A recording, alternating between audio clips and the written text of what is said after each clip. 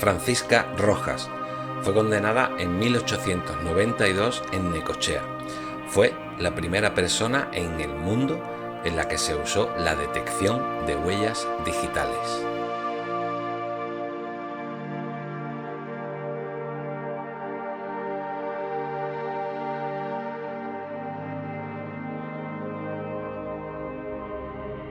La historia de Francisca Rojas significó un antes y un después de la prueba irrefutable.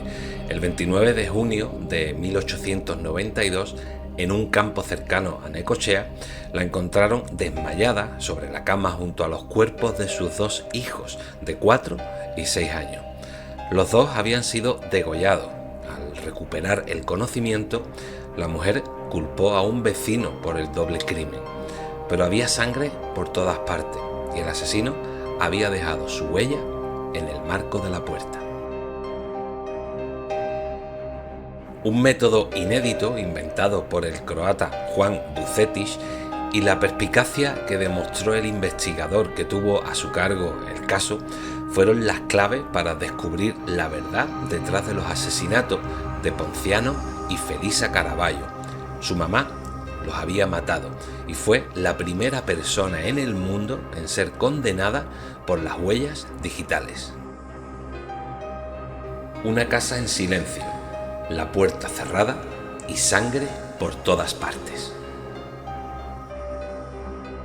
El silencio que reinaba dentro de la casa de la familia Caraballo fue un presagio ensordecedor de que algo no iba bien, que después se transformó en un alarido cuando Ponciano trató de entrar a la habitación matrimonial y encontró la puerta trabada por dentro, inexplicablemente. El hombre había llegado al domicilio junto a su vecino y amigo Ramón Velázquez, y entre los dos tuvieron que derribar la puerta para recién entonces toparse con la imagen del horror. El rojo había teñido casi todo. Los chicos estaban muertos y Francisca estaba desvanecida junto a ellos, con un corte no demasiado profundo en el cuello.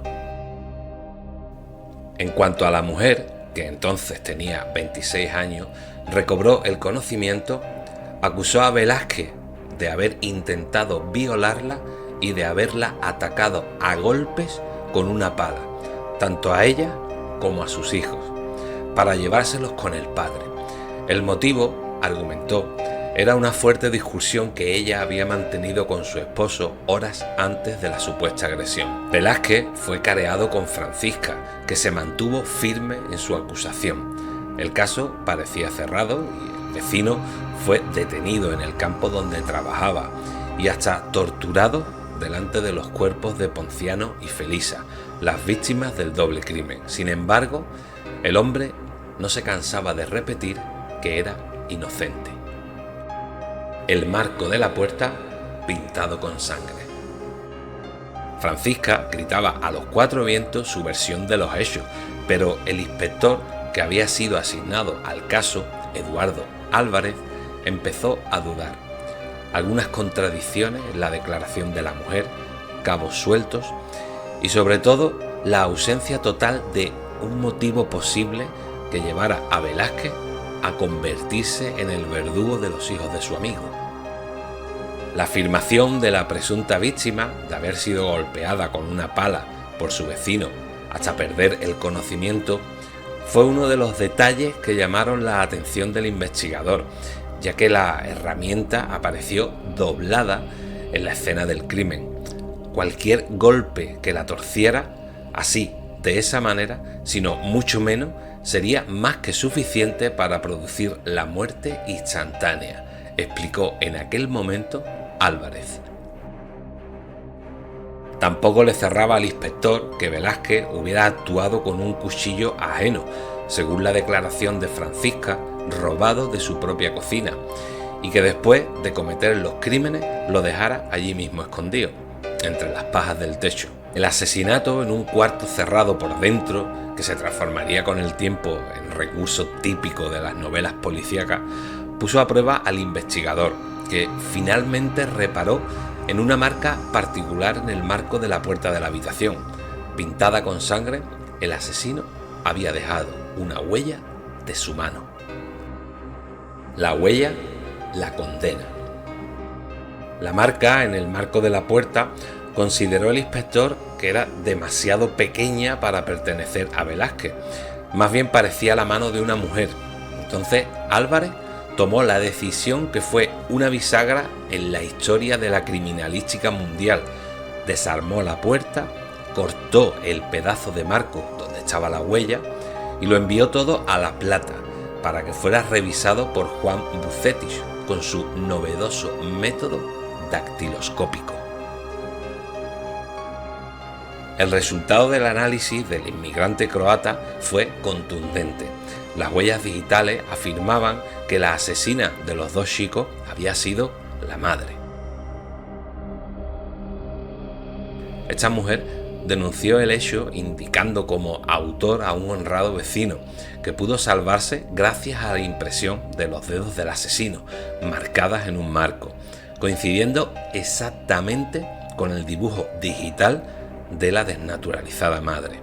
Publicó la revista Caras y Caretas en su número 225 en enero de 1903, usando conceptos que entraron en jaque en el siglo siguiente. La confesión y la condena. Bajo tortura, una práctica demasiado usual en esa época, Francisca Roja confesó. La única autora del hecho era ella. Dijo, según la prensa de entonces, y explicó que, ofuscada porque su marido la había echado de su lado y le iba a quitar a sus hijos, había resuelto matarlo, quitándose ella también la vida, pues prefería ver a sus hijos muertos antes de que ellos fueran a poder de otras personas. Un tribunal de Dolores la condenó en 1894 a la pena de penitencia por tiempo indeterminado. Para los jueces nada podía justificar un delito tan atroz en el que la perversidad de sentimientos estalla sin un ápice de piedad contra tus propios inocentes hijos. La otra cara de la verdad.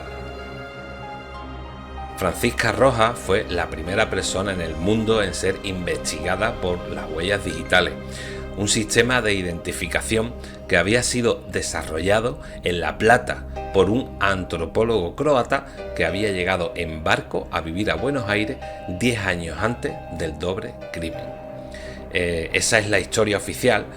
Muchísimo tiempo después, más de 100 años para ser preciso, se supo que Francisca era una mujer maltratada y que su esposo, convencido de que la estaba engañando, la había echado de casa, pero eso nunca llegó a ninguna prensa, aunque no es motivo para matar a tus propios hijos. Juan Bucetich, el creador de la huella dactilar, murió en 1925 por tuberculosis y hoy en día la Escuela de Oficiales de la Policía Bonaerense lleva su nombre.